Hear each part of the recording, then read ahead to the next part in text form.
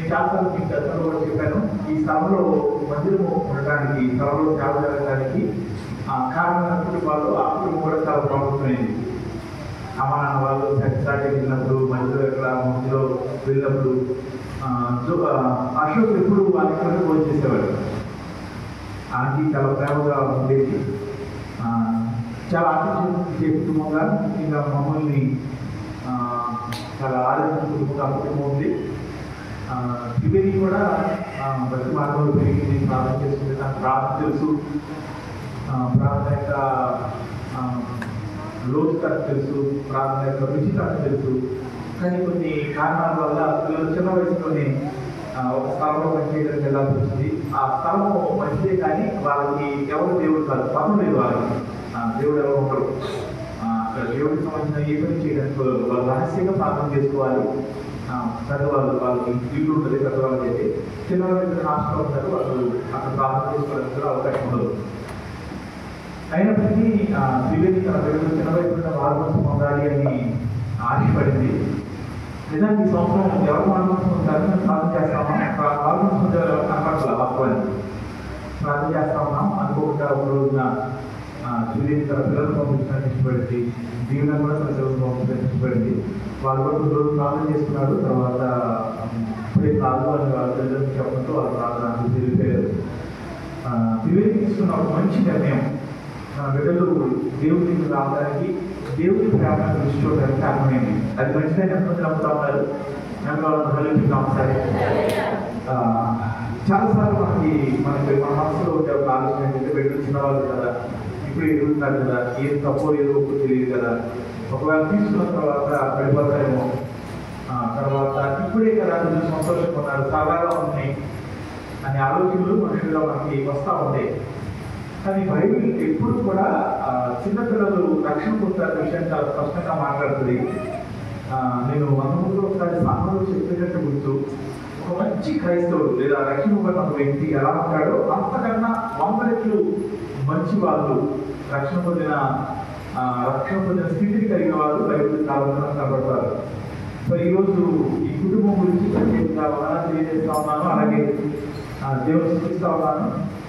బ్లెస్సీ బట్టి దేవుని స్థుతిస్తా ఉన్నాను. బ్లెస్సీ ఎప్పుడు దేవుడితో ఉంటాడు, తను చూస్తున్నాడని గమనిస్తుంటూ మీ భవిష్యత్తులో దేవుడి మహిమకరంగా జీవించాలని మేము అందరూ ఆశపడతా ఉన్నాం. జెస్సీ కూడా ఉంది, చిన్నది కూడా ఉంది, తను ప్రార్థన చేసుకుంటా ఉంది. కొద్దిగా చూసి అడిగాను, ఏంటమ్మా మరి ఏం చేద్దామంటే నేను బాత్రూమ్ పొందామని అని చెప్పింది. ఇప్పుడు కూడా అదే మాట ఉందా జెస్సీ? ఇప్పుడు కూడా అదే మాట. సో జెస్సీ కూడా ప్రార్థన చేసుకుంటుంది, జెస్సీతో దేవుడు మాట్లాడాలని, తనకి రక్షణ హృదయాన్ని నిశ్చయం తనకు రావాలని, తన అన్ని విషయాలు, ఆలోచన విషయంలో, తలపుల విషయంలో, పనుల విషయంలో, ప్రవర్తన విషయంలో రక్షింపబడిన వ్యక్తికి తగిన జీవితం కనపడాలని మనం ప్రార్థన చేద్దాం. దేవుని కృప లేదా దేవుని కృప అయితే బహుశా వచ్చే వారం తను రక్షణ పొందొచ్చేమో అనుకుంటాము. అది దివ్యం మీద ఆధారపడి ఎక్కువ మా ఇద్దరి గురించి కూడా ప్రార్థన చేసి మాట్లాడడం చాలా మాట్లాడాలని, చాలా పనులు చాలా ఒత్తిళ్ళు ఉన్నాయి. ఆయన స్థలంలో ఉంటా ఉన్నాను, స్థలంలో ఉండడం కూడా ప్రార్థన చేస్తున్నాం. కానీ దేవుడికి చూస్తాం ఏంటంటే, ఇప్పుడు వరకు నడిపించిన వాళ్ళు పెద్దోళ్ళు, చిన్నవాళ్ళలో మన సీతారామపురం నుంచి వచ్చిన చైతన్య గోపిక పేరు, అందులో రక్షణ పొందారు. గోపికకి వేసే పెట్టారు ఊళ్ళో. వాళ్ళు చాలా చిన్న వయసులో రక్షణ పొందడానికి ఇష్టపడ్డారు. అంటే వాళ్ళకి సమస్యలు ఉన్నాయి, చాలా కష్టాలు ఉన్నాయి. ఈ కష్టాలు ప్రార్థన చేసినప్పుడు దేవుడు వారికి మేలు చేశారు కాబట్టి కష్టం నుంచి మమ్మల్ని బయటకు ఇస్తారని దేవుడే అని వాళ్ళ విశ్వాసం వచ్చింది. ఆ విశ్వాసం బలపడటంతో వాళ్ళు రక్షణ పొందారు. వీళ్ళ పరిస్థితి వేరే, వీళ్ళ కష్టాలు లేవు. అంటే ఏదో ఒక చిన్న సమస్య ఉంది తప్ప, అది తప్ప మిగతా అన్ని అంతా బాగుంటుంది. వాళ్ళు రోజు తీసుకోవడం పెట్టేది 7 కోట్ల రోజు తీసుకోవడం పెట్టడానికి వాళ్ళు 4 కోట్లు కట్టారు. చాలా చాలా అన్ని బాగున్నాయి. అయినప్పటికీ వాక్యానికి ఉన్న శక్తి చాలా అద్భుతమైనది. వాళ్ళకి ఎలా చెప్పాలో, వాళ్ళతో ఎలా వాళ్ళ దేవుడిని వాళ్ళ స్థాయికి తీసుకొచ్చి ఎలా పరిచయం చేయాలో దేవుడు మాకు కొన్ని ఆలోచనలు, జ్ఞానాలు ఇచ్చాడు. చాలా ప్రశ్నలు, అంటే మీ అందరికీ దేవుడు చాలా మార్చుకునే వాళ్ళు వాక్యం వింటూ మేము వాళ్ళు పొందాలని ఒప్పుగా కలిగిన వాళ్ళు ఉన్నారు. ఒకరిద్దరు మేము ప్రత్యేక వాళ్ళతో మిగతా వాళ్ళందరూ కూడా మీ అందరూ మీరు ఒప్పుదలలోకి వచ్చారు. మరణం సందర్భం పెరుగుతుందని, మరణం సందర్భం పెరుగుతుందని ఒప్పుకున్న తర్వాత నేను మరణం సందర్భం జరిగింది. కానీ వీళ్ళు చిన్నవాళ్ళు ఒక కష్టము ఇబ్బందులు లేని పరిస్థితిలో ఒక కంఫర్ట్ జోన్లో ఉన్నారు. వాళ్ళని దేవుడి గురించి పరిచయం చేయడానికి దేవుడు చాలా ప్రొఫెషన్ ఇచ్చాడు. ఎప్పుడు ప్రతి వాళ్ళతో కొత్త విషయాలు మాట్లాడుతూ ఉంటాం, అలాగే వీళ్ళతో కూడా కొత్త విషయాలు మాట్లాడడం జరిగింది. వాళ్ళకి చాలా చిన్నదానికి చాలా ప్రశ్నలు ఉంటాయి.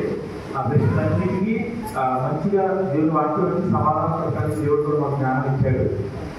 వాళ్ళతో చాలాసేపు కూర్చోవడానికి, చాలాసేపు చూడటానికి నువ్వంతా రాత్రి కూడా ఎగ్జామ్ చేసేవాళ్ళమ్మా. ఇది అంటే రాత్రి అంటే భయపడుకోవచ్చు చాలా మంది. ఎగ్జామ్ చేసేవాళ్ళు రాత్రి కూడా లెక్కలు లేదు కదా బాబు, చాలా మంది అవుతా ఉంటారు. కానీ వీళ్ళకి రాత్రి లేకపోతే లేదు. ఇప్పుడు మన రాత్రి లేదు కానీ రాత్రి లేదు పరిస్థితి లేదు. అది సో మంచిగా వాళ్ళకి టెక్నాలజీగా పోషించడానికి దేవుడు చూపించడానికి అన్నిటికన్నా ఉన్నతమైనది ఏంటంటే వాళ్ళు మేము పాపం చేశాము, యేసుప్రభు ఒకే దేవుడు మాకు బలమించాడని నమ్మి వారి పాపాలు ఒప్పుకోవడం అనేది చాలా ఉన్నతమైంది. నేను చూసినప్పుడు చాలా మంచి జవాబు చెప్పింది. తెలిసి చాలా బాగా చెప్పారు. సాక్ష్యం భయపడాలని చాలా బాగా చెప్పారు. చాలా విషయం చెప్పాలని అనుకుంటాము. సరే, మనం ఈరోజు దేవుని వాక్యంలో ఒక 10 నిమిషాలు దేవుని వాక్యాన్ని మనం ధ్యానం చేసుకోవాలని ఆశపడతా ఉన్నాను. ఈరోజు చాలా ప్రత్యేకమైనది నేను ఉదయకాలం చేస్తా ఉన్నాను. అందులో ఒక ప్రత్యేకత ఏంటంటే మనము వాక్యంతో ఈ రోజు నుంచి వాడుతూ ఉన్నాం. అంతగా ప్రత్యేకమైన విషయం ఏంటంటే ఈ ఆదివారానికి ఒక ప్రత్యేకమైన పేరు ఉంటుంది. ఈ ఆదివారం పేరు పెంతెకోస్తు ఆదివారం అంటారు. ఏ ఆదివారం అంటారు? పెంతెకోస్తు ఆదివారం. కారణం ఏంటంటే ఇశ్రాయేలుకి చాలా పండుగలు ఉంటా ఉండేది. వాళ్ళకి పస్కా పండుగ ఉండేది, పులిహోర రెట్ల పండుగ ఉంటా ఉండేది, తర్వాత పన్నెండాల పండుగ ఉంటా ఉండేది, ప్రథమ పరముల పండుగ ఉంటా ఉండేది, వారముల పండుగ ఉంటా ఉండేది. కొన్ని ప్రత్యేకమైన పండుగలు దేవుడు వారికి చెప్పాడు. తర్వాత కొన్ని ప్రత్యేకమైన పండుగలను వాళ్ళు చేసుకోవడం మొదలుపెట్టారు. ఎక్సేరు దినాల నుంచి పూర్ణిమ పండుగ, ఎలాంటి పండుగ వాళ్ళు చేసుకోవడం మొదలుపెట్టారు. అలాంటి పండుగల్లో ఒక పండుగ ఈ రోజు వస్తుంది. అంటే పస్కా అయిపోయిన తర్వాత నుంచి 50వ రోజు వాళ్ళకి వారముల పండుగ చివరి రోజు, వారం పండుగ ఉంటుంది వారికి. దాని చివరి రోజు అది 7 వారాలు చేస్తారు పండుగ. పస్కా పండుగతో కూడా కలుపుకుంటే ఇది 50వ రోజు అవుతుంది. పెంతెకోస్తు అంటే 50 అని అర్థం. పెంట అనే మాటలు వీళ్ళు పెంట అనే మాటలు 5 అని అర్థము. పెంతెకోస్తు అంటే 50 అని అర్థం. నిజానికి అది చాలా తప్పుగా అర్థం చేసుకోబడతా ఉంది. పెంతెకోస్తు అనే మాటకు అర్థము 50వ రోజున ఒక అద్భుతమైన పండుగ వాళ్ళు చేసుకుంటా ఉండేవారు. వాళ్ళు చాలా ముఖ్యమైన పండుగ అది. నిజానికి ప్రధాన ఫలాలు అనేవి వాళ్ళు చాలాసార్లు తీసుకొస్తా ఉండేవారు.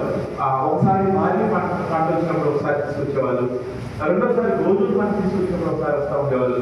ప్రథమ ఫలంలో హార్వెస్టర్ అంటే కోత పండుగ. ఇప్పుడు చాలా చదివిన సంఘాల్లో కోత పండుగ చేస్తూ ఉంటారు. అది జనవరిలో చేస్తారు వాళ్ళు. మనకి ఇక్కడ పంట జనవరిలో వస్తుంది కాబట్టి జనవరిలో పెట్టడం జరుగుతుంది. దానికి కూడా కొన్ని లెక్కలు ఉంటాయి. ఈ 50వ రోజు అనేది కోత పండుగ యొక్క అదే పండుగ. దాన్ని ఏమంటారంటే వాళ్ళకి పంట వచ్చిన మొదటి కాలం తీసుకొచ్చేవాళ్ళు, అలాగే చివరిలో పంట ప్రత్యేకమైన భాగాన్ని దేవుడి దగ్గర తీసుకొస్తా ఉండేవారు. పెంతెకోస్తు యొక్క పండుగ యొక్క ముఖ్య ఉద్దేశము దేవుడి దగ్గరికి వచ్చి ఆయన ఇచ్చే దాని అంశం బట్టి ఆయన్ని స్తుతించడం, కనపరచడం. అలాంటి పెంతెకోస్తు పండుగ రోజున సంఘం ఏర్పడింది. మనుషులు పేరు యొక్క వాక్యాన్ని విని దగ్గర 3,000 మంది పురుషులు, అప్పుడు అన్నిటికీ పురుషులు లెక్కేస్తా ఉండేవాళ్ళు, స్త్రీలని అలాగే పిల్లలను లెక్కేసేవాళ్ళు కాదు. అప్పుడు లెక్క ప్రకారం ఒక పురుషుడు అంటే కనీసం ఆయనతో పాటు ఒక 4 ఉంటారని. అంటే దగ్గర 3,000 మంది పురుషులు అంటే 10,000 మంది పైగా మనుషులు ఆ రోజు యేసు ప్రభు రక్షకుడిగా అంగీకరించారు. యేసు ప్రభుని రక్షకుడిగా అంగీకరించడం అంటే మారుమనసు పొంది బాప్తిసం పొందాలి అనే మాటను వాళ్ళు విని దాన్ని ఒప్పుకొని మారుమనసు పొంది బాప్తిసం పొందారు. మారుమనసు పొంది బాప్తిసం పొందిన వారు మొట్టమొదటి సంఘంగా ఏర్పడ్డారు. దాన్ని ఆదిమ సంఘం అని పిలుస్తారు. అంటే ఇలాంటి ఒక ఆదివారము, ఒక పెంతెకోస్తు ఆదివారం పూట సంఘం పుట్టింది. సంఘం యొక్క పుట్టినరోజు ఈరోజు కలిగించుకుందాం ఒకసారి. అలాంటి ఒక ప్రత్యేకమైన రోజు మనము మన రాష్ట్రం వాడుకోవడానికి అలాంటి ఒక ప్రత్యేకమైన రోజు బ్లెస్సీ రక్షణ పొందడానికి, బాప్తిజం పొందడానికి దేవుడు కృప చూపించాడు. కాబట్టి దేవుడికి ప్రత్యేక వందనాలు తెలియజేస్తా ఉన్నాను. అపోస్తలుల కార్యము నుంచి కొన్ని మాటలు మనము ధ్యానిస్తాం. 10 నిమిషాలు లోపల నేను ముగించడానికి ప్రయత్నం చేస్తాను. అపోస్తలుల కార్యములు 2వ అధ్యాయం మొదటి చదువుకున్నాము. పెంతెకొస్తు పండుగ దినము వచ్చినప్పుడు అందరూ ఒక చోట కూడి ఉన్నారు. ఇక్కడ మనం నిన్న రాత్రి కాలంలో కూడా దీన్ని మనం చూడడం జరిగింది. ఈ అందరూ ఎవరు అనే మనం కనుక ధ్యానం చేస్తే ఈ అందరికీ 3 లక్షణాలు ఉన్నాయి. ఈ అందరూ యేసు ప్రభు ఎవరో రుచి చూసిన వారు. ఈ అందరూ అనేవారు యేసు ప్రభు దేవుడు అని నమ్మటానికి ఆధారమైన వాటిలన్నిటికీ ప్రత్యక్షమైన సాక్షులుగా ఉన్నారు. ఈ అందరూ అనేవాళ్ళు యేసు ప్రభు యొక్క మాటలు ఉన్నవారు, యేసు ప్రభు యొక్క బోధలు ఉన్నవారు. ఈ అందరూ అనేవారు యేసు ప్రభు కుంటివారిని నడిపిస్తున్నప్పుడు, చెవిటివారిని వినేవారిగా చేసినప్పుడు, మోగవారిని మాట్లాడినట్లుగా వారి నాలుక సడలినట్లుగా ప్రార్థన చేసినప్పుడు, అలాగే గుడ్డివారిని చూడడానికి కనులిచ్చినప్పుడు వాటిలన్నిటికీ ప్రత్యక్షమైన సాక్షిగా ఉన్నవారు. అలాగే చనిపోయిన వారిని కాళ్ళు పట్టి కుర్చీ లేపినప్పుడు అది విట్నెస్ చేసినప్పుడు అది చూసిన వారు.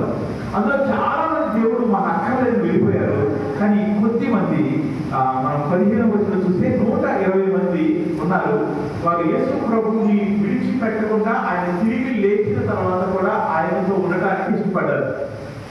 ఆయన తను ప్రత్యేకంగా కనుపరుచుకున్న సందర్భాలు మనం చూస్తూ ఉంటాం. ప్రత్యేకంగా దేవుని యొక్క శక్తిని రుచి చూడడానికి మనుషులు పిలుచుకున్న సందర్భాలు మనం చూస్తూ ఉంటాం. అలాంటి సందర్భంలో ఒక 120 మంది ఎన్ని శ్రమలైనప్పటికీ ఆయనతో పాల్గొనడానికి సిద్ధపడ్డారు. ఈ అందరూ అంటే ఎవరంటే 15వ వచనం ప్రకారం వాళ్ళు 120 మంది. అలాగే 5వ వచనం 1వ అధ్యాయం 5వ వచనం చదువుతారా? యేసు ప్రభు వారితో మాట్లాడుతూ అన్నాడు. ఏమంటాడంటే యోహాను నీళ్లతో బాప్తిజం ఇచ్చెను. కానీ ఇక్కడ ఈ 120 మంది యోహాను చేత బాప్తిజం పొందిన వారికి కనబడతా ఉన్నారు. యోహాను బాప్తిజం అంటే మత్తయి సువార్త 3వ అధ్యాయం మనకు కనబడుతుంది. ఆయన మారు మనసు పొందండి అని ప్రకటించగానే అనేక మంది ఆయన దగ్గరికి వచ్చి పాపాలు ఒప్పుకుని బాప్తిజం పొందిన వారికి కనబడతా ఉన్నారు. చాలా మంది ఈ మాటను ఈ రోజుల్లో తప్పుగా అర్థం చేసుకుంటా ఉన్నారు. బాప్తిజం పొందితే సరిపోద్ది అనుకుంటా ఉన్నారు కొంతమంది. అలా అనుకోవడానికి కారణం ఏంటంటే అపవాది వారిని వాక్యమును పూర్తిగా అర్థం చేసుకోకుండా లేదా వాక్యాన్ని ఇక్కడ చూడకుండా మోసం చేస్తా ఉన్నారు. యోహాను సువార్తలో యోహాను సువార్తలో బాప్తిజం ఇచ్చే యోహాను ప్రకటించినప్పుడు వాళ్ళకి అర్థమైంది. ఆయన ప్రకటించిన మాట ఏంటంటే పరలోక రాజ్యము సమీపించి ఉన్నది కాబట్టి మీరందరూ మారు మనసు పొందని చెప్పినప్పుడు ఆ కాలంలో అసహ్యులుగా కనబడుతున్నవారు, ఆ కాలంలో మనుషుల చేత వెలివేయబడి పరిస్థితిలో ఉన్నవారు, ఆ కాలంలో మనుషుల చేత చెడ్డవారిగా చూడబడుతున్న వారు సహా యోహాను దగ్గరికి వచ్చారు. బాప్తిజం యోహాను దగ్గరికి ఆయన మాటలు ప్రకటిస్తా ఉన్నప్పుడు ఈ మాటలు సత్యమైనవి వారికి అర్థమైంది. ఆయన మాటలు ప్రకటిస్తున్నప్పుడు ఈ వాక్యంలోని మాటలు ధర్మశాస్త్రం మాటలు వారికి అర్థమైంది. ఆయన మాటలు ప్రకటిస్తున్నప్పుడు జీవము కలిగిన దేవుడి మాటలు వారి హృదయంలోకి వెళ్ళివి. కాబట్టి వాళ్ళు ఒక విషయంలో ఒప్పించబడ్డారు. ఏంటంటే నేను ఈ పాపాల నిమిత్తమై ఒప్పుకోకపోతే నాకు ప్రాయశ్చిత్తం లేదు, ఒప్పుకుని విడిచిపెట్టేవాడు కనికరించబడతానే మాటలు వారు నమ్మారు. కాబట్టి వాళ్ళు ఏం చేశారంటే వారి పాపాలు ఒప్పుకుని మారుమనసు పొందారు, బాప్తిజం పొందారు. అదే బాప్తిజాన్ని మనము మన సంఘంలో మనము దాన్ని ఆచరిస్తూ ఉంటాం. అదే పద్ధతిని మనం ఈ రోజు కూడా కొనసాగిస్తూ ఉంటాం. ఈ అందరూ అంటే ఎవరంటే ఈ అందరూ దాదాపుగా 120 మంది స్త్రీలు పురుషులు కలిసి ఉన్నవారు. ఈ అందరూ ఎవరంటే వీరు పాపములు ఒప్పుకొని దేవుని చేత పాపములు ఒప్పించబడి వారి పాపాల నుంచి పశ్చాత్తాపడి పాపములు పొందినవారు. ఈ అందరూ ఎవరంటే 14 రోజులు మనం చూస్తూ ఉంటాం. 14 రోజుల ప్రకారం ఈ అందరూ ఎవరంటే వారు ఏక మనసుతో ఎడతెగిన ప్రార్థన చేస్తున్న వారికి కనబడతా ఉన్నారు. వీరికి 3 లక్షణాలు మనకు కనబడతా ఉన్నాయి. సమయాన్ని తక్కువ ఉంది కాబట్టి నేను అన్ని లక్షణాలు వాళ్ళని చెప్పలేదు. 3 లక్షణాలు ఉన్నాయి. ఒకటి, వారి పాపం నుంచి పశ్చాత్తాపడి పాపములు ఒప్పుకొని పాపములు పొందినవారు. వాళ్ళు 120 మంది సంఖ్యగా కనబడతా ఉన్నారు. మూడవది, వారు ఎడతెగక ఏక మనసుతో ప్రార్థన చేస్తున్న వారిగా ఉంటా ఉన్నారు.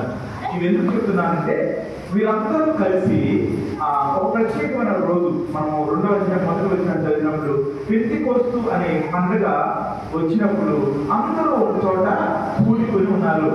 ఆ పండుగ జరుగుతూ ఉంది. యేసు ప్రభువుని సిలువ వేసిన దినం మొదలుకొని 9 రోజుల ముందు నుంచి ఈ పెంతెకోస్తు పండుగ ఒక దాదాపు 2 నెలల కాలంలో అనేక మంది యెరూషలేము పట్టణంలో ఉంటూ ఆ పండుగలో పాల్గొంటూ ఉన్నారు. వీళ్ళు కూడా పండుగ కోసమే వచ్చారు. కానీ యేసు ప్రభు చెప్పిన మాట ప్రకారం వాళ్ళు యెరూషలేమును విడిచిపోయారు. యెరూషలేములో ఉండటం అనేది ఆ కాలంలో ఇబ్బందికరమైన విషయం. నేను రాత్రికాల సమయంలో దీన్ని కొంచెం వివరంగా చెప్పడానికి ప్రయత్నం చేశాను. కారణం ఏంటంటే యెరూషలేము పట్టణము యేసు ప్రభు రక్తము చేత కడగబడిన పట్టణంగా మారిపోయింది. యేసు ప్రభు యొక్క రక్తము ఆ వీధుల్లో పారిన స్థానంలో కనబడతా ఉంది. వాళ్ళు యెరూషలేములో ఉండడానికి యెరూషలేములో పాత జ్ఞాపకాలు గుర్తొస్తూ ఉంటాయి. కొన్ని స్థలాలకు మనం వెళ్ళాలనుకున్నప్పుడు లేదా కొన్ని స్థలాలకు మనం ఉన్నప్పుడు అక్కడ మనకు జరిగిన అవమానాలు, ఇబ్బందులు మనకి జ్ఞాపకం వస్తూ ఉంటాయి. కొన్నిసార్లు ఆ హృదయాలు హీల్ అవ్వవు, ఆ గాయాలు కట్టబడవు. ఒకసారి మీరు కొన్ని రోజులు క్రైస్తవ్యాన్ని ఆడగొట్టాలని ప్రయత్నం చేస్తూ క్రైస్తవ్యాన్ని లేకుండా చేయాలని ఎన్నో ప్రయత్నాలు చేసినా సరే ఆ రోజు ప్రారంభమైన క్రైస్తవ్యం ఈ రోజుకి కొనసాగడానికి కారణమైన రోజు. అక్కడ 120 మంది మీద ఒక ప్రత్యేకమైన అభిషేకం జరిగింది. దాని గురించి ఈరోజు ఒక 5 నిమిషాలు మాట్లాడుకోవాలని ఆశపడతా ఉన్నాను. ఆ పెంతెకోస్తు 2వ వచనం మొదటి నుంచి చదువుతున్నాం ఒకసారి. అందరూ ఒక చోట కూర్చున్నారు.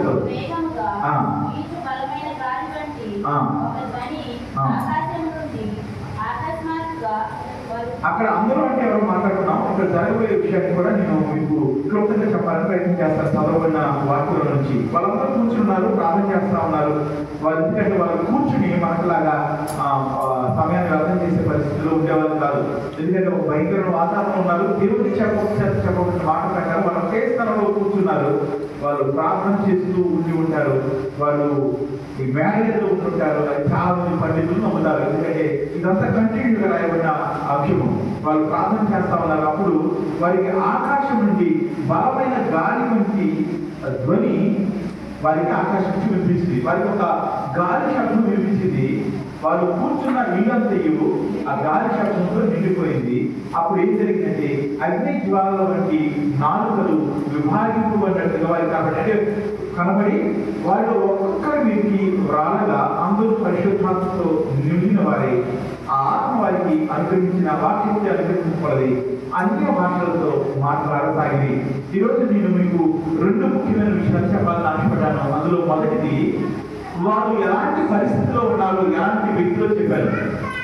వాళ్ళు 120 మంది మనుషులు ఉన్నారు. వారు మారుమనసు పొందిన వ్యక్తులుగా, పాపములు ఒప్పుకుని బాధ్యత పొందిన వ్యక్తులుగా కనపడతా ఉన్నారు. వారు దేవుని వెంబడించిన వారిగా కనపడతా ఉన్నారు. వారు దేవుని కొరకు సాక్షిగా నిలబడటానికి ఇష్టపడిన వారు అవుతా ఉన్నారు. ఏ స్థలంలో అయితే దేవుడి శ్రమలో జరగో ఆ స్థలానికి వెళ్ళడానికి కష్టమైనా సరే దేవుని మాటలు వరకు వెళ్ళిన వారిగా కనబడతా ఉన్నారు. ఆ స్థలంలో వాళ్ళు ఏక మనసుతో ప్రార్థన చేస్తున్న వారిగా కనబడతా ఉన్నారు. ఈ మాటలు మరలా చెప్పడానికి కారణం ఏంటంటే, ఒకవేళ నువ్వు దేవుడి వైపు చూసి నీ పాపాలు ఒప్పుకుని బాప్తిసం పొంది దేవుడు చెప్పినట్టుగా నువ్వు ప్రార్థన చేసుకోవడానికి సిద్ధపడి ఏక మనసుతో కనుక నువ్వు ప్రార్థన చేయడానికి సిద్ధపడినప్పుడు నీ జీవితాలు కొన్ని అద్భుతాలు జరుగుతాయి. నీ ద్వారా అనేక తరాలు దీవించబడతాయి. అలా దీవించబడిన కొంతమంది కోసం కొంతమంది గురించి మనం చూడబోతా ఉన్నాం. రెండో విషయం నేను చెప్పబోతుంది ఏంటంటే, వారు ఒక స్థలంలో కూర్చున్నప్పుడు పర్వతం నుంచి ఆకాశం నుంచి పెద్ద గాలి వంటి శబ్దము, ఆ శబ్దంతో ఆ ఇల్లంతా నిండిపోయింది. అప్పుడు వాళ్ళకి సూచింది ఏంటంటే అగ్నిలాగా కనపడతా ఉంది, అంటే మంటలాగా కనపడతా ఉంది. దానికి ఒక రూపం ఉంది. ఆ రూపం ఎలా ఉందంటే ఆ రూపం వాళ్ళంతా చదువుతారా? ఆ రూపం గురించి రాయబడింది. ఆ రూపం రాయబడింది. ఏంటి రూపము? 3 అగ్ని జ్వాల వంటి 4 గాలిపడి అగ్నే, అదే మంటే అగ్ని, కానీ అది 4 లాగా డివైడ్ అయిపోయినట్టుగా కనపడుతుందంట. ఒక ప్రత్యేకమైన పరిస్థితి. అది ఏంటో ఎవరికి అర్థం కాదు. చాలా సార్లు వాళ్ళు చూసింది మనకు అర్థం అవడానికి మనకు తెలిసిన వాటితో రాస్తా ఉంటారు. ప్రకృతి గ్రంథంతో అలాంటి సందర్భంతో దిగి ఉంటుంది. ఇక్కడ కూడా అలాంటి దాని నుంచి రాస్తా ఉంటాడు. వాళ్ళు చూశారు, పర్వతం నుంచి గాలి ఆ రూమ్ అంతా నిండిపోవటాన్ని, శబ్దము నిండిపోవటాన్ని విన్నారు. ఆ శబ్దంతో ఆ ఇల్లంతా నిండిపోయింది. వాళ్ళు ఒకటి చూశారు, ఆ వైపు నుంచి దిగి ఒక్కొక్కల మీదకి అది దిగి వస్తా ఉంది. దాని యొక్క రూపం ఎలా ఉందంటే 4 వంటి రూపం ఉంది. అది ఎలా కనపడుతుందంటే అగ్నిలాగే కనపడతా ఉంది. ఒక నిప్పు జ్వాలలు మనుషుల మీద దిగి వస్తా ఉన్నాయి. దాన్ని పరిశుద్ధాత్ముడు అని లోకైతే రాస్తా ఉన్నాడు. పరిశుద్ధాత్మ దేవుడు మనుషుల మీద దిగి వచ్చాడని రాస్తా ఉన్నారు. పరిశుద్ధాత్మ దేవుడు మనుషుల మీదకి ఎప్పుడు వస్తాడు అనే దాని గురించిన వివరణ మనం ఎప్పుడు దాకా చూస్తా ఉన్నాం. ఎప్పుడైతే ఒక మనిషి దేవుడు వెంబడిస్తాడో, ఎప్పుడైతే ఒక మనిషి పాపంలో ఒప్పుకుంటాడో, ఎప్పుడైతే ఒక మనిషి బాప్తిసం పొందుతాడో, ఎప్పుడైతే ఒక మనిషి ఎడతెగక ప్రార్థన చేస్తూ దేవుడితో కలిసి ఉంటాడో, ఆ మనిషి పరిశుద్ధాత్మ అనే వరాన్ని పొందుతాడు. ఇక్కడ ఉన్న మనుషులంతా అలాంటి వాళ్ళే. దీని గురించి ఇంకా పూర్తి వివరణ మనకు కావాలంటే ఇదే రెండవ అధ్యాయము 38వ వచనంలో మనకు 38వ వచనంలో మనకు అర్థం ఉంది. 38వ వచనం పేరు మాట్లాడతాడు. అది ఆ మాట మనం చదువుదాం. మీరు మారు మనసు పొందడం అంటే పాపములు ఒప్పుకుని బాప్తిసం పొందితే పాప క్షమాపణ నిమిత్తము ప్రతివాడు యేసుక్రీస్తు నామమున అక్కడ ఉన్న 120 మంది అలాంటి వాళ్ళే అదే దాని గురించి వివరిస్తా ఉన్నాడు. వాళ్ళు అడిగారు, ఆ సంఘటన అయిపోయిన తర్వాత ఏం జరిగింది, ఏం చేయాలని చెప్పినప్పుడు పేరు వాక్యాన్ని బోధిస్తాడు. ఆ వాక్యాన్ని విని వారి హృదయంలో పొడవబడి మరి ఇప్పుడు మమ్మల్ని ఏం చేయమంటారంటే అప్పుడు పేరు చెప్పిన పరిష్కారం ఏంటంటే మీరు మారు మనసు పొందండి, బాప్తిసం పొందండి. బాప్తిసం పొందితే ఏమవుతుందంట పాప క్షమాపణ నిమిత్తము. చాలా సార్లు మనుషులు బాప్తిసం పొందడానికి చాలా వెనకడికి వేస్తూ ఉంటారు. మనుషులు మారు మనసు పొందడానికి వెనకడికి వేస్తూ ఉంటారు. మారు మనసు పొందడం అనేది, పాపాలు ఒప్పుకోవడం అనేది మనకి దేవుడితో ఒక ప్రత్యేకమైన సంబంధంలో తీసుకెళ్తుంది. బాప్తిసం పొందడం అనేది మన పాపాలు క్షమించబడతాయి. పాపాలు క్షమించబడితే బాగుంటుందా, పాపాలు విడిచిపెట్టే బాగుంటుందా? మనకు ఒప్పుందండి చేర్చబడితే బాగుంటుందా, ఒప్పుంటే బాగుంటుందా? అప్పున్న ప్రతిసారి మనం అబ్బాయి ఇచ్చిన వ్యక్తి అడుగుతూ ఉంటాడు, దానికి ఇంట్రెస్ట్ పడతా ఉంటది. అప్పున్న వ్యక్తికి మనం దాసులు అవుతాం. వాటిని చాలా స్పష్టంగా చెప్పుద్ది. అప్పు అనేది అప్పు ఇచ్చిన వాడికి అప్పు తీసుకున్న వాడు దాసులు అవుతాడట, బానిసలాగా అయిపోతాడు. అదొక స్లేవరీ, అది కనబడి బానిస. ఈ పాపములు క్షమించబడకపోతే ఆ పాపముల శిక్ష మనకి నరకం ఉంటుంది. కానీ పాపములు క్షమించడానికి దేవుడు తెలిసిన ద్వారం ఏంటంటే మనుషులు తమ పాపముల నుంచే పశ్చాత్తాపడి అయ్యో నా వల్ల తప్పైపోయిన నన్ను క్షమించు అని అడిగితే దేవుడు క్షమిస్తాడు. ఆ పాప క్షమాపణ నెరవేరడం కొరకు మనుషులు బాప్తిసం తీసుకోవాలి. ఈరోజు మనుషులు 2 భాగాలు ఎన్నుకుంటారు. అయితే కొంతమంది మారు మనసు పొందడానికి, బాప్తిసం పొందడానికి రోజులు వాయిదా వేస్తూ ఉన్నారు. ఇంకొంతమంది ఏం చేస్తూ ఉంటారంటే ఒక అపవాది వారిని వాక్యం సగం అర్థం చేసుకునేలాగా చేసి బాప్తిసం పొందుతూ ఉన్నారు. వాళ్ళు పాపములు పశ్చాత్తాపం లేదు, పాపములు ఒప్పుకోవడం లేదు, బాప్తిసం పొందేస్తూ ఉన్నారు. మనము పాపాలు ఒప్పుకోకుండా బాప్తిసం పొందితే ఏమవుతుందంటే ఒక పుండు వచ్చి ఆ పుండు చేత కాలంతా ఆ పుండు వ్యాపించి అది చీముతో నెత్తులతో నిండిపోయిన తర్వాత ఆ నెత్తులు చీము ఆ పుండు మనిషిని కాపాడుకోవాలని ఒక మంచి క్లాత్ కట్టి దాన్ని సిద్ధాంతం ఏమవుతుంది, మనుషులు చూసేటప్పుడు ఆ క్లాత్ కనపడతా ఉంటది, ఆ సెట్టు వాసన వస్తూ ఉంటది, మనము మంచిగా కాపాడుతాం వాళ్ళకి. కానీ కొన్ని రోజులు ఏమవుతుంది గమనించే మీకు కొన్ని రోజులకి ఆ పుండ్లు బహుశా వారి యొక్క కాలు తీసేయడానికి కాకపోతుంది. కొన్నిసార్లు పుండ్ల వల్ల మనుషులు కూడా చనిపోతారు. అదే జరుగుతుంది చాలా మంది విషయాలు. నువ్వు పాపమును ఒప్పుకోకుండా, పాపమును మీకు పశ్చాత్తాపం పడకుండా దేవాన్ని క్షమించు, నా వల్ల తప్పైంది, నా శిక్ష, నాకు రావడం శిక్ష నువ్వు అనుభవించావని ప్రార్థన తీసుకోకుండా బాప్తిసం పొందడం అనేది నీ మీద శిక్షణ తీసుకొస్తే. సరే, ఈరోజు ఆ పిల్లకి ఒక రోజు పేరు మాట్లాడుతూ అక్కడ ఉన్నాడు, మీరు మారు మనసు పొందండి, బాప్తిసం పొందండి. అప్పుడు ఏమవుతుందంట చదువుమా, మీరు పరిశుద్ధాత్మ అనే వరాన్ని పొందుతారు. పరిశుద్ధాత్మ అనే వరాన్ని పొందితే ఏమవుతుంది? ఈరోజు నేను 2 విషయాలకి ఒక్క విషయం చూపిస్తాను. మొదటి విషయము వాళ్ళు ఎవరో చూసాము, రెండో విషయము అక్కడ ఏం జరుగుతుందో చూస్తా ఉన్నాము, వాళ్ళు పరిశుద్ధాత్మ పొందుతారు. మూడో విషయము పరిశుద్ధాత్మను పొందుతున్నప్పుడు ఏం జరుగుతుంది చెప్పనా? ఈ 2 విషయాలు ఎవరు మాట్లాడాలంటే అవుతాం. చాలా సంతోషం. తప్పదు. 1:6 ఒక 5 నిమిషాలు ముగించిన ప్రయత్నం చేస్తాను. చాలా చాలా వాక్య భాగాలు ఉన్నాయి, యోహాను సువార్తలో చాలా రిఫరెన్స్లు ఉన్నాయి. మీరు కావాలంటే తర్వాత నేను రిఫరెన్స్ ఖచ్చితంగా మీకు చెప్తాను. కానీ అక్కడ 3 మాటలు చెప్పారు. పరిశుద్ధాత్మ దేవుడి గురించి 3 మాటలు ఆయన ప్రకటించడానికి మనం చూస్తూ ఉంటాం. పరిశుద్ధాత్మ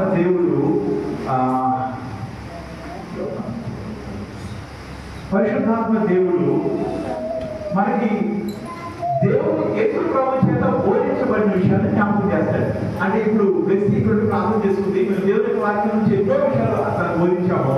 తను మార్పు పొందింది, బాప్తిసం పొందింది కాబట్టి పరిశుద్ధాత్మ అనే వరాన్ని పొందుతుంది. అంటే ఆ అమ్మాయి ఈ రోజు మార్పు పొందింది కాబట్టి తన ఉదాహరణగా తీసుకుంటా ఉన్నాను. ఎప్పుడైతే తను బాప్తిసం పొందిందో పరిశుద్ధాత్మ అనే వరాన్ని పొందుతుంది, అప్పుడు ఏమవుతుందో తెలుసా?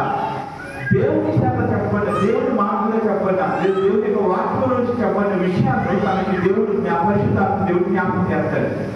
ఎప్పుడైతే తన జీవితంలో తొట్టిలే పరిస్థితి వస్తుందో, లేదా ఎప్పుడైతే తన జీవితంలో ఏది చేయాలి ఏది చేయకూడదని పరిస్థితి వస్తుందో, ఎప్పుడైతే తన జీవితంలో నేను చేసేది సరైనదేనా, దేవుడికి ఇష్టమైనదేనా అనే ఆ ఆలోచన వస్తుందో, అప్పుడు బోధించబడిన సంగతులను తనకి జ్ఞాపకం చేస్తాడు పరిశుద్ధాత్మ దేవుడు. హల్లెలూయా. అంత మాత్రమే కాదు, పరిశుద్ధాత్మ దేవుడు మనలో ఉంటాడు, మనతో ఉంటాడు. ఇది చాలా ప్రాముఖ్యమైన విషయం. ఇంకా పరిశుద్ధాత్మ దేవుడు చేసే 3వ ముఖ్యమైన విషయం ఏంటంటే ఆయన నీతిని గురించి, పాపం గురించి, తీర్పు గురించి ఒప్పుకు చేస్తాడు. నీతి అంటే కేవలం దేవుడికి సంబంధించింది. దేవుడు నన్ను క్షమించి నాకు నీతిని ఇచ్చాడు అని ఒప్పుదల పరిశుద్ధాత్మ దేవుడి ద్వారా వస్తుంది. ఒక పాపం అని ఒప్పుకోవడం అనేది పరిశుద్ధాత్మ దేవుడి ద్వారా వస్తుంది. మనమైతే పాపాన్ని ఏమని చూస్తాం తెలుసా? మనం పాపాన్ని తప్పు అని చూస్తాం, పాపాన్ని పొరపాటు అని చూస్తాం, మన పాపాన్ని అనుకోకుండా జరిగిందని చెప్తాం. ఇంకో రకంగా చెప్పాలంటే కొన్నిసార్లు మనం తప్పు చేసి మనం చేసింది కరెక్ట్ అని రుజువు చేయడానికి ప్రయత్నం చేస్తాము. కానీ ఎప్పుడైతే పరిశుద్ధాత్మ దేవుడు మీలో ఉన్నాడో, పరిశుద్ధాత్మ దేవుడికి నీకు సంబంధం ఉందో, నువ్వు చేసిన చిన్న పొరపాటు కూడా దేవుడి నుంచి దూరం చేసే పాపంగా కనబడతాయి. పరిశుద్ధాత్మ దేవుడు చేసే 4వ విషయం కనుక మనం చెప్పగలిగితే ఆయన యొక్క ఫలము మనం చూడగలుగుతారు. ప్రేమ ఉంటుంది, సాత్వికం ఉంటుంది, ఆశానికరం ఉంటుంది. నువ్వు పాపం చేసి దేవుడిలో ఒప్పుకుని విడిచిపెట్టి బాధ్యత పొందిన తర్వాత పరిశుద్ధాత్మ పొందుకున్నప్పుడు మీ జీవితంలో ఏదైనా చేయాల్సిన పరిస్థితి వచ్చినప్పుడు, చేద్దాం అనుకున్నప్పుడు పరిశుద్ధాత్ముడు మీలో ఉంటాడు. కాబట్టి ఆ చేయాలనే ఆశ, పాపం మీద ఆశ నుంచి నిగ్రహాన్ని ఇస్తాడు. వాటిని ఉంచిన వాళ్ళ ఒకవేళ ఇది మా జీవితంలో జరగట్లేదు అంటే బహుశా పరిశుద్ధాత్మ దేవుడిని నువ్వు కోల్పోయే పరిస్థితిలో ఉన్నావేమో. మనం పాపంలో ఒప్పుకుని దేవుడు నా కొరకు మరణించాడని ఒప్పుకుని ఆయన నామందు బాధ్యత పొందినప్పుడు ఆయన పరిశుద్ధాత్మని వరాన్నిస్తాడు. ఆ పరిశుద్ధాత్మ దేవుడు దేవుని కుమార్తెగా స్వీకరించబడిన నిన్ను దేవునికి ఇష్టంగా కొనసాగడానికి నీతో పాటు ఉంటాడు. దేవుడు మనతో ఉంటే మన కష్టాలు ఉంటాయా? దేవుడు మనతో ఉంటే మనకు లోటు ఉంటుందా? కష్టంలో వస్తే కష్టంలో మనం సంతోషాన్ని అనిపిస్తాం. దేవుడు మనతో ఉంటే మనకి ఎటువంటి శ్రమ ఉంటుందా? మనము పడిపోతామా? దేవుడు మనతో ఉంటే పడిపోతామా? పడిపోం. ఆ వాగ్దానం దేవుడు ఇస్తా ఉన్నాడు. కానీ ఎప్పుడైతే మనము ఆయన ఉండకూడని పరిస్థితుల్లోకి మనం దిగజారిపోతా ఉన్నామో, మనము కావాలని దేవుడి నుంచి దూరం అయిపోతూ ఉంటామో, మన సొంత ఆలోచన చేత పాపాన్ని మన జీవితంలో చోటిస్తామో, మనం ప్రార్థనలోనూ వాక్యంలోనూ ఏమాత్రం ఇష్టపడకుండా మారిపోతామో, పరిశుద్ధాత్మ దేవుడు మన జీవితాల నుంచి మనమే పంపించిన వాళ్ళు అవుతాము. ఈరోజు అనేక మంది మార్పు పొంది బాప్తిసం పొందిన వాళ్ళు ఓడిపోయే వారిగా ఉండడానికి, తొట్టిలే వారిగా ఉండడానికి, వారి జీవితంలో పాపం కనబడటానికి, వారు మరలా యేసు ప్రభువుని సిలువేయడానికి కారణము వారి జీవితాల నుంచి పరిశుద్ధాత్మ దేవుడిని వాళ్ళు పంపించి వేయమే. వాక్యం ఇచ్చిన వాళ్ళ పరిశుద్ధాత్మ దేవుడు మీలో ఉన్నాడా లేదో తెలుసుకోవాలంటే ఈ 4 విషయాలు ఒకసారి పరిశీలన చేసుకోండి. నువ్వు ఏదైనా చేద్దాం అనుకున్నప్పుడు నువ్వు వాక్యము నిన్ను హెచ్చరిస్తుందా? ఒకవేళ హెచ్చరించకపోతే పరిశుద్ధాత్మ దేవుడు నీ జీవితంలో లేడు, మరలా సరి చేసుకుని ఎవరైనా జీవితంలో రానికి పరిశుద్ధాత్మ దేవుడు నీ హృదయంలోనూ నీతో పాటు ఉన్న అనుభవం నీకు కలగలేదా? ఒంటరిగా అనిపిస్తుందా నీకు? దేవుడు నీతో లేని వారిగా అనిపిస్తుందా? దేవుడు నీ చేయి వదిలివేసినట్టు అనిపిస్తా ఉందా? అయితే దేవుడు వదిలిపెట్టలేదు, దేవుడు ప్రమేయం చేసావు, మరలా సరి చేసుకో జీవితాన్ని, దేవుడు వల్ల నీ జీవితంలో ఆహ్వానించు. ఒక పాపము నీకు ఒకప్పుడు పాపంగా కనిపించింది, ఈరోజు పాపంగా కనిపించట్లేదా? పరిశుద్ధాత్మ దేవుడు నీతో లేడు. అయ్యో ఈ తప్పు చేస్తే దేవుడు నన్ను తీర్పు తీస్తాడు, ఇదిగో ఈ మాట చెడ్డగా మాట్లాడితే దేవుడు నన్ను తీర్పులోకి తెస్తాడు, ఇదిగో నేను తెలిసింది తెలియదు లేదా దేవుడికి వ్యతిరేకమైంది, పరిచయం వ్యతిరేకమైంది, నేను మాట్లాడటం వల్ల, నేను చేయటం వల్ల నేను దేవుడి తీర్పును పొందుకుంటానని ఆలోచన నీకు రాలేదా? పరిశుద్ధాత్మ దేవుడికి ఏ జీవితం లేదు. ఆయన నీకు ఇవ్వబడ్డాడు. ఆయన నీకోసం పరలోకం నుంచి భూమి మీద దిగి వచ్చాడు. అయోగ్యులను మన హృదయం సంతపడ్డాడు. ఆయన పరిశుద్ధాత్మ దేవుడిని ఈ జీవితంలో అనుకున్న చేస్తున్నామేమో. సంఘం పుట్టిన ఈ రోజు మరొకసారి దేవుడితో సమాధానం పడడానికి ప్రయత్నించామా? ఆ రోజు ఆ 120 మంది మీద పరిశుద్ధాత్మ దేవుడు దిగి వచ్చినప్పుడు జరిగిందని తెలుసా? వారందరూ కూడా దేవుడి యొక్క కార్యాలని వివరిస్తా ఉన్నారు. పరిశుద్ధాత్మ దేవుడు మన జీవితాలు వస్తే మనం చేసే కార్యాలు తెలుసా? మనం దేవుడి యొక్క ఆశ్చర్య కార్యాలని వివరిస్తాము. మనం దేవుడి యొక్క స్వార్థను ప్రకటిస్తాము. ఆ మాటలు వింటున్న వాళ్ళందరికీ ఒక విషయం అర్థమైంది. పరలోకంలో నుంచి దేవుడి భూమి దిగి వచ్చాడని, పరలోకంలో దేవుడు తన మహిమను పక్కన పెట్టి పాపమైన మనుషులకు భూమి దిగి వచ్చాడని, మనుషుల పాపానికి రావాల్సిన శిక్షణ తన మీద వేసుకుని ఆ శిలువలో వేలాడని వాళ్ళకి అర్థమైంది. ఆ మాటలు మన నోటి నుంచి వస్తాయి తెలుసా? సువార్త మన నోటి నుంచి వస్తుంది తెలుసా? దేవుడు మన దేశంలో చేసిన ఆశ్చర్య కార్యాలను అడిగిన వారికి అడగని వారికి ఎప్పటికీ తరతరాలుగా ఎప్పుడు చెప్తాం తెలుసా? మన పరిశుద్ధాత్మ దేవుడు చూస్తున్నాడు. దేవుడు నా పరిశుద్ధాత్మ నింపాలని ఆశపడతా ఉన్నాడు. దేవుడు నీతో పడాలనుకుంటున్నాడు. దానికి మించింది ఏమి లేదు. ఈ లోకంలో మనం పాల్గొన్నప్పుడు ఉండకపోయింది ఏమి లేదు. ఈ లోకాన్ని విడిచిపెట్టిన తర్వాత మన దేవుడితో కొనసాగిన ధన్యత ఏది లేదు. దానికి కావాల్సిన తెలుసా? మన పాపంలో మనం ప్రచారపడాలి, బాప్తిజం పొందాలి. ఈ రెండు మనం చేసే దేవుడు వాగ్దానం పరిశుద్ధాత్మ దేవుడిని ఆయన మనకు ఇస్తాడు. మనం ఆయనతో కొనసాగి అనేక మంది సాక్షిగా నిలబడితే మన జీవితాలు, మన బిడ్డల జీవితాలు బాగా జీవించబడతాయి. అటువంటి కృప దేవుడు మనందరికీ దయచేసి కాక ప్రార్థన చేస్తున్నాం. పరిశుద్ధుడా, మన జీవం కలిగిన దేవా, సర్వశక్తుడా, సర్వోన్నతుడా, నువ్వు మనుషులు ప్రేమించే దేవుడు అనేక సార్లు గుర్తు చేసిన దేవా, ఈ ప్రత్యేకమైన రోజు కొరకు నీకు స్తుతులు చేస్తా ఉన్నాం. పెంతెకోస్తు అనే దినమున పరలోకం నుంచి నీ పరిశుద్ధాత్మను మనుషులకు కుమ్మరించిన దేవుడు 7 దినాలు ఇచ్చిన వాగ్దానం నెరవేర్చుకున్నట్లుగా మనుషులందరినీ మీ పరిశుద్ధాత్మ చెప్పి నీ పిల్లలు ప్రవర్తిస్తారు అని, నీ మాటలు ప్రకటిస్తారని, దర్శనాలు చూస్తారని వాగ్దానం నెరవేర్చి ఆ రోజు ఇచ్చినందుకు కొనసాగిస్తారని అన్నారు.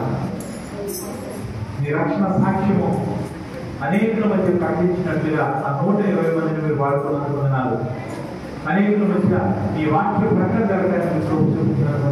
ఆ రోజు మొట్టమొదటిసారి దాదాపుగా 10,000 మంది నేను నమ్ముకోవడానికి, ఆదిమ సంఘంలో ఏర్పడటానికి ఈ అద్భుతాన్ని జరిగించుకున్నారు. ఈ రోజు అలాగే చేస్తున్న దేవా, నేను నశించిపోతున్న దినాల్లో మమ్మల్ని ఏలవేసి నీ వాక్యాన్ని ప్రకటించి నీ సన్నిధికి పిలుచుకుని, అయ్యా మనం మా జీవితాల్లో తప్పుల్లో భావిస్తున్న వాటిని, పొరపాటులో భావిస్తున్న వాటిని, మా జీవితాల్లో ఏ తప్పు లేదు అని మమ్మల్ని మేము సెలబ్రేట్ చేస్తున్న స్వనీతి పరులుగా కొనసాగుతున్నప్పుడు నీ వాక్యమైన అర్థంలో మమ్మల్ని మాకు చూపించి నీ ఉచితమైన ప్రేమ చేత మమ్మల్ని సరిచేసి నీ రక్తం చేత కలిగి ఒక నూతన హృదయాన్ని, నూతన స్వభావాన్ని ఇచ్చి నీ నామం విశ్వాసం నుంచి బాప్తిజం తీసుకోవడానికి నీ జ్యేష్ఠ కుమార్తెలు స్వీకరించబడడానికి చూపించబడుతున్నారు. నీ పరిశుద్ధాత్మ చేత మమ్మల్ని నింపించుకున్నారు తండ్రి. నీ పరిశుద్ధాత్మ అభిషేకం మా జీవితాల్లో కలిగి కొనసాగినట్లుగా ప్రతి బిడ్డను దీవించండి. ప్రతి బిడ్డ వారి జీవితంలో నువ్వు ఇచ్చిన అభిషేకాన్ని కోల్పోకుండా, ఒకవేళ వారి జీవితంలో మాటల ద్వారా, చూపుల ద్వారా, తలపుల ద్వారా నీ సన్నిధిలో నీకు ఇష్టంగా ఉండకపోవడం ద్వారా, అయ్యా ప్రార్థన రూపాన్ని విడిచిపెట్టడం ద్వారా, నువ్వు చెప్పినట్టుగా వినడానికి ఇష్టపడటం పడకపోవడం ద్వారా నీ అభిషేకాన్ని కోల్పోతున్న ఎంతమంది అయితే ఉన్నారో వారందరూ ఈరోజు నీ నామంలో ప్రార్థన చేయడానికి ఇష్టపడుతుండగా వాళ్ళందరినీ ఆశించాలని చెప్పి నీ ఇష్టమైన వ్యక్తులు బలపడుతుందని త్వరలో లేచిన నామంలో వేడుకుంటున్నాను తండ్రి. ఆమె నామం లేచిన బట్టి పాట పాడుతుందిగా ప్రార్థన సమర్పిస్తున్నాం.